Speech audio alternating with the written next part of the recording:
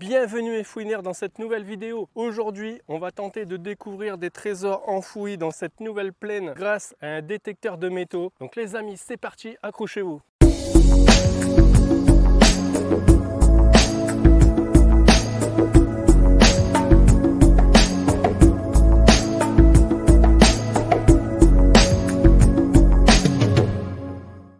Donc aujourd'hui, ce qu'on va faire, on va essayer de trouver des objets perdus depuis des centaines, voire des milliers d'années dans cette partie d'une plaine énorme. Derrière là-bas, il y a une ferme. Je viens d'aller voir le propriétaire pour demander où il y avait des parcelles où on pouvait détecter.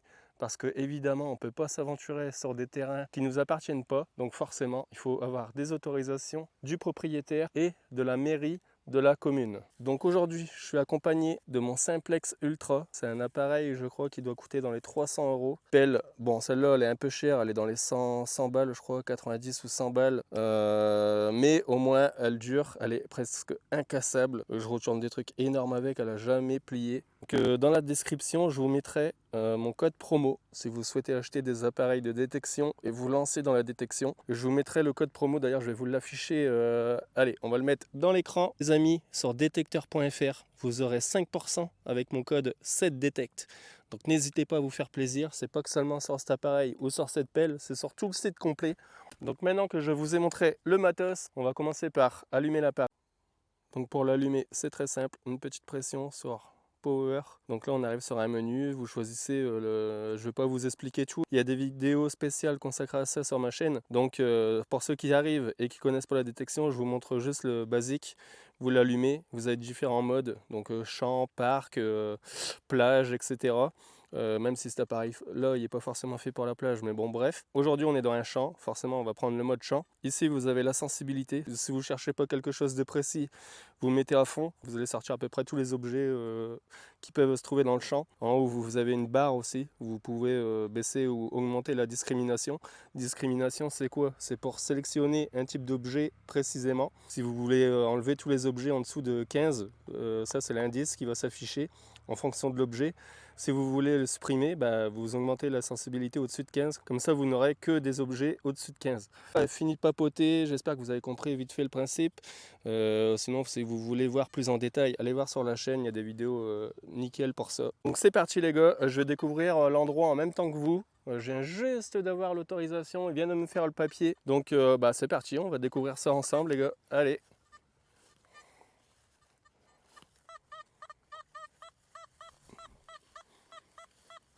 Premier objet ici, premier son. Donc là tu vois tu as un indice qui s'affiche. Bon là c'est pas du tout stable, tu vois, ça passe de 40 à 30 à 70. Connaissant un peu les indices de cet appareil, logiquement ce serait un déchet. On va aller vérifier ça. Donc maintenant on va prendre ce qui s'appelle un pin pointer. Donc un pin pointer c'est quoi? En gros c'est un appareil comme celui-là, sauf que celui-là il va pas te marquer d'indice, etc. Il va juste t'aider à mieux cibler ton objet. Donc lui il te dit qu'il est à peu près ici, et lui il va te dire précisément où il se trouve. Donc tu l'allumes, et après tu te balades un peu dans ce que tu as retourné. Et voilà, donc là tu vois il va sonner, et plus tu vas te coller à la cible, tu vois, plus il va sonner fixe. Donc une fois qu'il sonne fixe, tu sais que ta cible se trouve là quelque part, regarde. Donc là après tu cherches. Voilà, donc là tu vois c'est posé dessus. Donc maintenant que c'est sorti, à toi de trouver ce que c'est. Et tu sais ce que c'est? C'est un tout petit bout de clou. Regarde, c'est incroyable. Donc tu vois à quel point tu peux trouver des objets minuscules. Par contre, je vais être franc avec toi, je suis pas sûr que ce soit ça qui sonnait, parce que logiquement un clou comme ça sonne pas fort comme ça. Donc je pense qu'il doit y avoir un autre truc.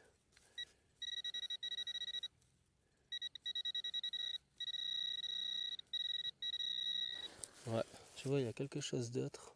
Donc on va continuer à chercher. Pour être sûr, on va repasser le gros.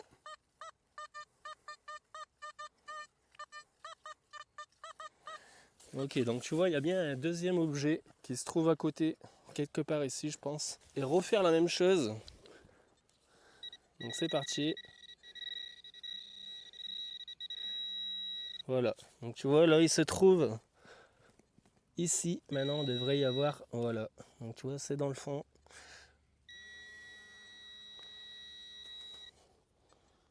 Et voilà ce que c'est. Un gros bout d'aluminium, un déchet. Donc tu vois déjà, avec cette passion-là, tu dépollues la planète. En plus de trouver des trucs des fois super intéressants. Tu vois, le but, c'est de parcourir cette plaine en faisant des allers-retours comme ça, pour essayer de faire un maximum de surface et de ne rien louper du coup, et essayer de trouver des sons hyper nets, comme ça. Tu vois, des sons super clean, qui sonnent très très bien. Pas des sons hachurés, donc des sons vraiment nets, qui accrochent dès que tu passes avec ton détecteur. Un deuxième son ici, on va aller voir ça. Deuxième trouvaille se trouve juste là.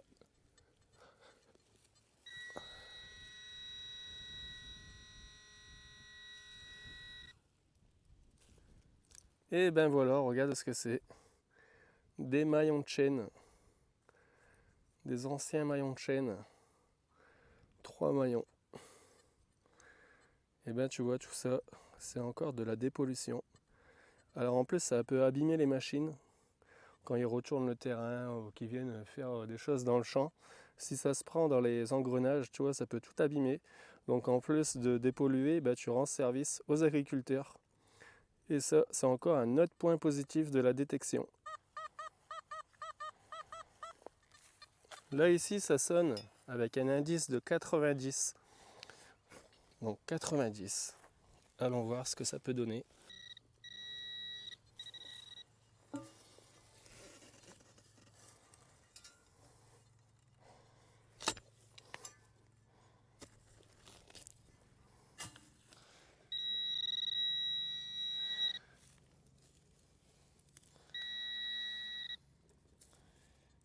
Alors, on le tient. Et ben 90, c'est une grosse rondelle. Alors une rondelle avec une forme un peu, un peu comme une petite fleur, tu vois. Regarde, un peu comme des pétales là. Donc je pense que c'est juste une rondelle, c'est juste qu'elle a perdu un peu de matière. Mais à la base, mais je pense que c'est juste une rondelle tout à fait basique. Donc tu vois, on a fait allez, 20 mètres et on a déjà sorti 3 déchets. Donc autant te dire que quand tu auras fait tout le champ ici, tu en auras sorti des choses. Ici, regarde, encore un très beau son à 24, 25 qui sonne très très bien. Ok, et ben ça se trouve là-bas. Et voilà, le fautif, encore un bout d'alu. Donc ça sonne super bien les bouts d'alu parce que c'est des matériaux hyper conducteurs. Donc l'appareil reçoit énormément les ondes et très fortes. Donc voilà, on continue. Là, on va faire une vidéo assez crue. Je vais vous montrer exactement tout ce que je trouve sans rien cacher. Je vais pas juste prendre les trucs intéressants. Et vous allez voir que la détection de métaux, malheureusement, on est considéré pour la plupart comme des pilleurs de trésors, etc. Mais vous allez voir qu'avant tout, c'est un gros bol d'air qu'on prend à chaque fois qu'on sort. Et surtout, c'est 99% de déchets. Donc là, on va faire à peu près 1 heure, 1 heure et demie dans cette pâture. Et vous verrez que la détection, c'est pas seulement des pièces, des monnaies en or, des choses comme ça, et énormément de déchets. C'est pratiquement que des déchets d'ailleurs. Quand on fait une pièce, en plus, soit qu'elle est complètement abîmée, on reconnaît même plus la pièce. Quand on en fait une vraiment nickel, c'est extrêmement rare. Donc ceux qui font ça pour se rendre riches ou en croyant que ça va leur sauver la vie financièrement, etc.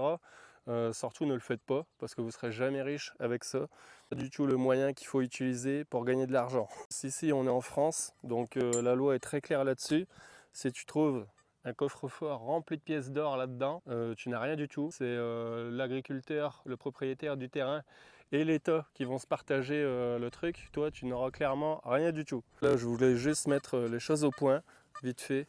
Et nous on va continuer la vidéo les amis, je vais vous montrer ce qu'on trouve dans les champs. Donc ce serait intéressant si jamais des gens passent par ici sur cette vidéo et qui ne connaissaient pas la détection ou qu'ils avaient des a priori là-dessus, commentez et dites-moi vos pensées.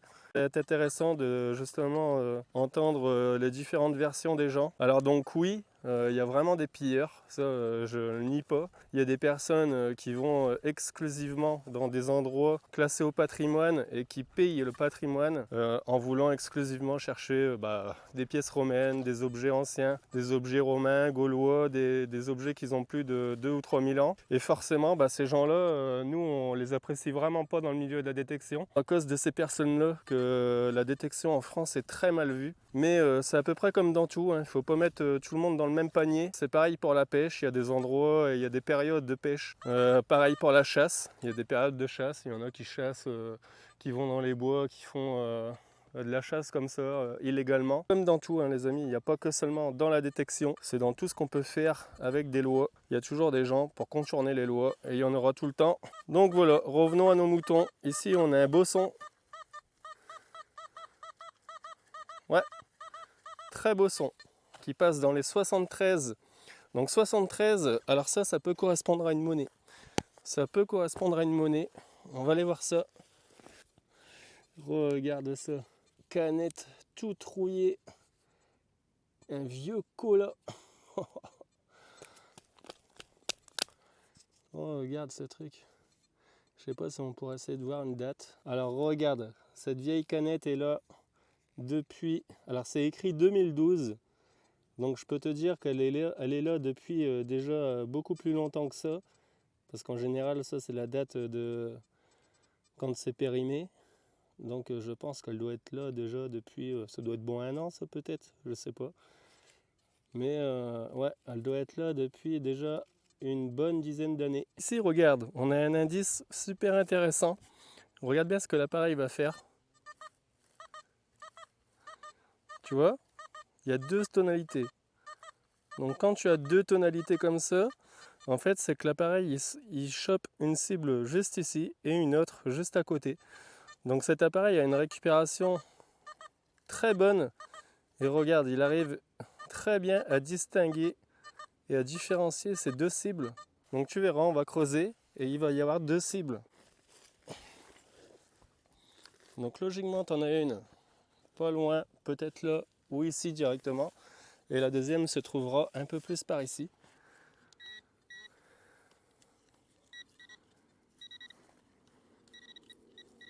Et ben voilà, la première est bien dans cette boulette. Voilà, je crois que ça doit être ce bout de plaque. Ok, donc un petit bout de plaque. Je suppose que ça doit être du plomb. Et même pas, regarde, je cherchais ici et en fait le deuxième son est encore dans le trou. Donc ça se trouve juste là.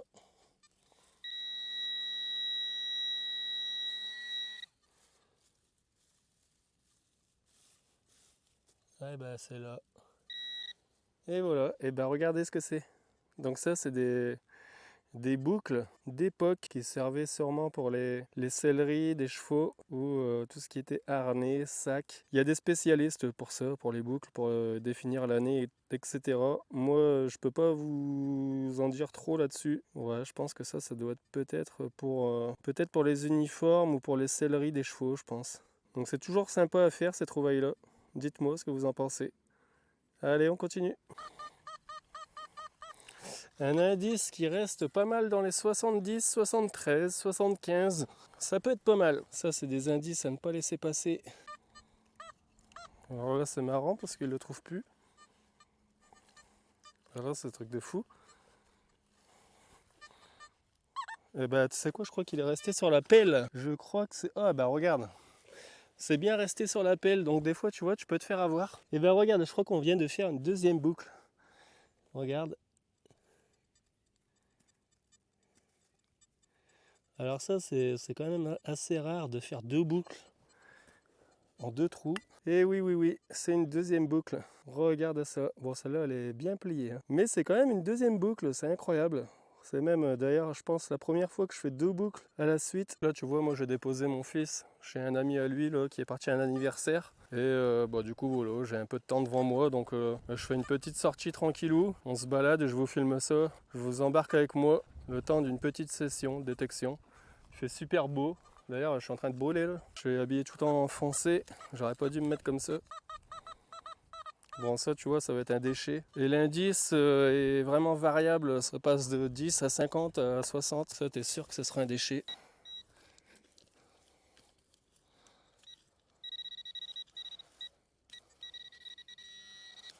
Voilà, ça doit être là-dedans. Et voilà, le petit papier d'alu. Là, comme tu peux le remarquer, décalé d'au moins 6 mètres. J'ai fait des allers-retours comme ça et j'ai vraiment trouvé que des déchets. Je vais te faire un petit accéléré de tout ça. Au lever du soleil, je prends mon vieux détecteur. En quête de reliques, un passé plein de splendeur. Les champs s'étendent vastes, secrets dans la terre. Du fer rouillé, des pièces en argent qu'on espère. Les bottes dans la boue, l'espoir dans le cœur. Avec chaque bip monte l'adrénaline, la ferveur. À travers les prairies et les collines d'or, je poursuis les... Tu peux le constater, tu vois, c'est pas foufou, hein. Et on a fait que vraiment, on doit être à 6% de la pâture, quoi. On a été jusqu'au bout là-bas, on est revenu que de ce côté jusqu'au bout là-bas, on n'a même pas encore touché à ça. Et tu vois ce qu'on a fait comme déchets, c'est quand même incroyable.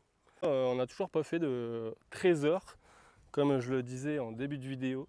Donc je t'ai bien dit ça pour que tu te rendes compte qu'en fait c'est pas du tout le cas dans la détection. On ne fait pas des trésors à tous les champs où on va. Ce sera trop beau et je pense qu'il y aura énormément de gens qui en feraient de la détection. Donc bah voilà les gars, c'est déjà une passion de courageux parce qu'il faut toujours avoir le courage pour sortir et faire que des déchets et revenir et refaire la même chose et revenir et refaire la même chose.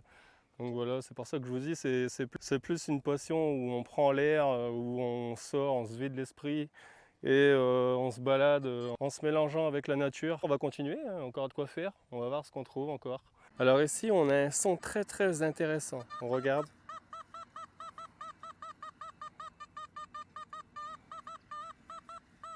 Tu vois, 68, 70. Alors un son comme ça, généralement, quand il y a deux petites flèches là qui partent vers le bas, en fait, une flèche correspond à 5 cm. Je vais te montrer, regarde. Tu vois, ces petites flèches là. Donc là, c'est à 2. Là, il y en a 2.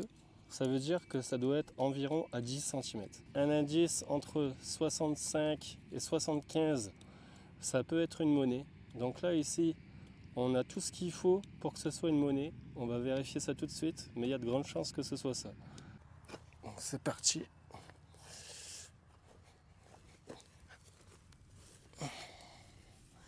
Donc logiquement, 2 flèches correspondent à 10 cm. Donc là, on doit être pas trop mal. Peut-être creuser un petit peu de ce côté-là pour dire d'avoir un beau trou. Prendre l'épine pointeur.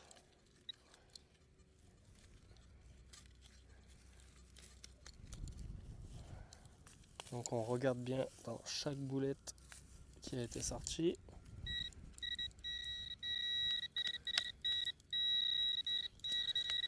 Donc ça se trouve dans cette partie-là. Alors pour l'instant on voit rien du tout. Donc on va reprendre la pelle et on va donner un coup juste là. Voilà, donc là, voilà, on a fait quand même une bonne boulette. Donc là ça doit être sorti, ça doit être là-dedans.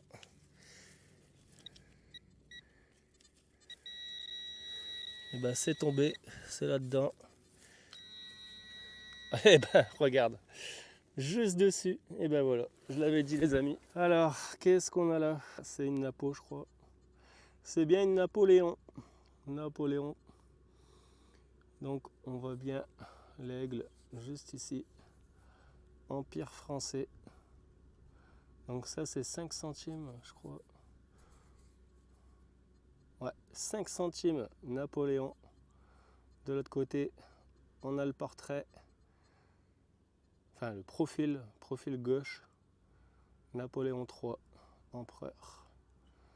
Et ben voilà les amis, vous voyez, on a fait, je pense, une vingtaine de déchets. Et sur une vingtaine de trous, voilà seulement notre première pièce. Elle est assez propre, donc je vous le dis franchement, vous n'allez pas faire des pièces comme ça tout le temps. Celle-là, elle est encore très bien conservée, mais bien souvent, elles sont complètement rincées. Donc là, on a vraiment de la chance. Très belle Napoléon d'ailleurs. Allez, on continue. Bon, bah ça y est, on a fait notre première monnaie. On a quand même parcouru une bonne partie du champ. avant de trouver notre première monnaie. Donc là, je repars tout doucement à la voiture pour aller boire un coup parce que je suis en train de cramer littéralement. Toujours bien s'hydrater, surtout quand on marche comme ça en plein soleil, hyper important. Éviter de tourner de l'œil en pleine vidéo, ce sera con de me retrouver cramé comme une merguez au milieu du champ.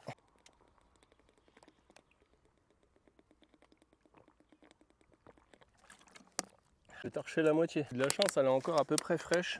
Allez, on a bu un petit coup, on s'est bien rafraîchi, on a mangé un petit truc. On peut repartir pour une deuxième séance. C'est parti, on va tricher, on va partir en plein milieu au lieu de repartir là-bas. On reviendra peut-être une prochaine fois. Bon, pour l'instant, franchement, cette pâture n'a pas l'air fameuse. On a fait beaucoup de déchets. D'ailleurs, je pense qu'il doit en avoir énormément. Donc j'ai déposé à l'auto ce que j'avais déjà eu. Ça commençait à faire des grosses boules dans les poches. Et du coup là on va continuer, on va voir un peu dans le centre. Peut-être qu'on aura plus de chance. Parce que bien souvent sur les bords des pâtures, il y a énormément de déchets. Dans le centre, il y en a un peu moins. Donc là déjà tu vois que ça sonne beaucoup moins.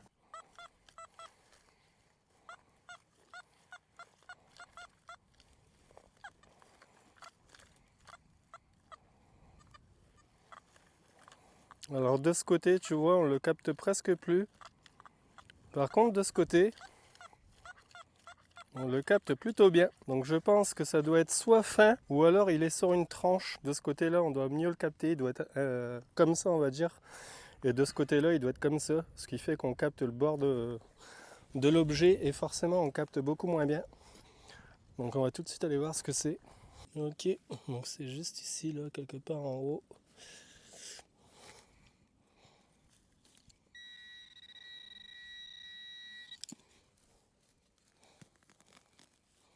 Et ben c'est là.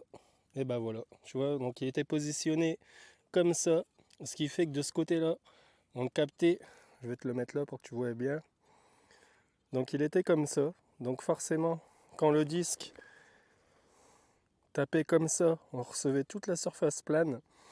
Et forcément, quand tu passes avec ton détecteur de ce côté-là, et ben en fait il capte la tranche. Donc ça, ça renvoie presque aucune onde, vraiment des petits signaux. Que des fois les monnaies ça fait pareil. Donc si la monnaie elle est sur la tranche de ce côté, l'appareil il le captera pas forcément nickel. Par contre si vous le tapez de l'autre côté, là oui. Donc c'est pour ça qu'il faut toujours balayer comme ça et comme ça, toujours en croisement. Ça, encore un bout de fer à cheval. Bon ça vous allez en faire énormément aussi. C'est monnaie courante. Ouais. 65, 68, 70. C'est parti, on va aller voir. Et c'est juste là.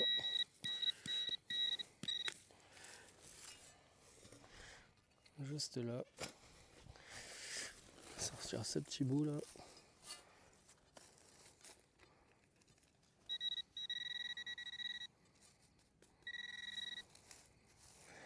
C'est là-dedans.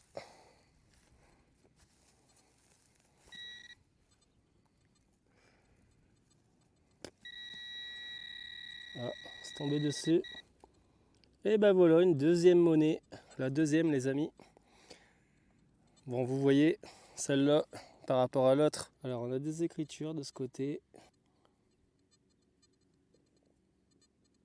Je sais pas, franchement, là j'aurais cru une fleur de lys ou quelque chose, mais en fin de compte, je suis pas trop sûr. Je suis même pas sûr que ce soit une pièce française. Alors là, comme ça, il y a des royales qui sont fines comme ça, mais je suis pas du tout sûr que ce soit ça là. Allez, deuxième monnaie, on continue. Vous voyez, on a bien fait quand même de partir dans le centre du champ. Allez, allons voir ça.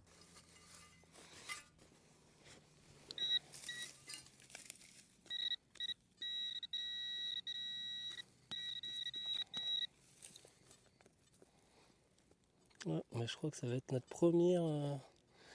Et ouais, une cartouche. Non, j'en ai déjà fait une tout à l'heure, il me semble. Bon, ça, les cartouches, pareil, vous allez en faire énormément. Voilà les amis, la vidéo touche à sa fin. Donc là, j'ai quand même avancé un peu plus vite. J'ai pas filmé tous les trucs que j'ai sortis parce que voilà, c'est des cartouches, des bouts d'alu, des gros ferreux, etc. Donc vous voyez que la détection de métaux, ce n'est pas que des trucs en or, en argent, etc. C'est loin, loin, loin d'être ça. Même d'ailleurs, vous l'avez vu dans cette vidéo, énormément de déchets, uniquement de monnaie. Donc vous voyez, si vous faites ça vraiment pour essayer de gagner de l'argent, alors déjà, sachez aussi une chose, c'est que vous avez interdiction de vendre tout ce que vous trouvez en détection. Donc ça, si vous vous faites toper à vendre des monnaies que vous avez trouvées en détection, à vos risques et périls les amis. Gardez tout dans une boîte à l'abri de l'humidité, etc. Ça fera des souvenirs pour vos enfants. Ou même si vous avez des amis qui collectionnent tout ça, au lieu d'être embêtés à les vendre, etc., donnez-leur. Ça leur fera plaisir. Donc moi, ce que je fais, c'est que comme j'ai un ami qui travaille à un musée à Lille, du coup quand j'ai vraiment des belles pièces qui peuvent être amenées en musée, je lui file en fait comme ça, il met tout ça en expo. Parce que moi, au lieu de les laisser dans une boîte, ça ne m'intéresse pas. Donc je préfère que les gens voient ce que j'ai trouvé, ce qui est important pour l'histoire. Donc je lui file tout ça. Et puis quand j'ai des petits objets, genre des gros lots, des petites boucles ou des choses comme ça, je vous les donne. Tous mes followers, des fois ils regardent les vidéos, ils me contactent en me disant tiens, cette boucle là elle m'intéresserait bien pour ma collection.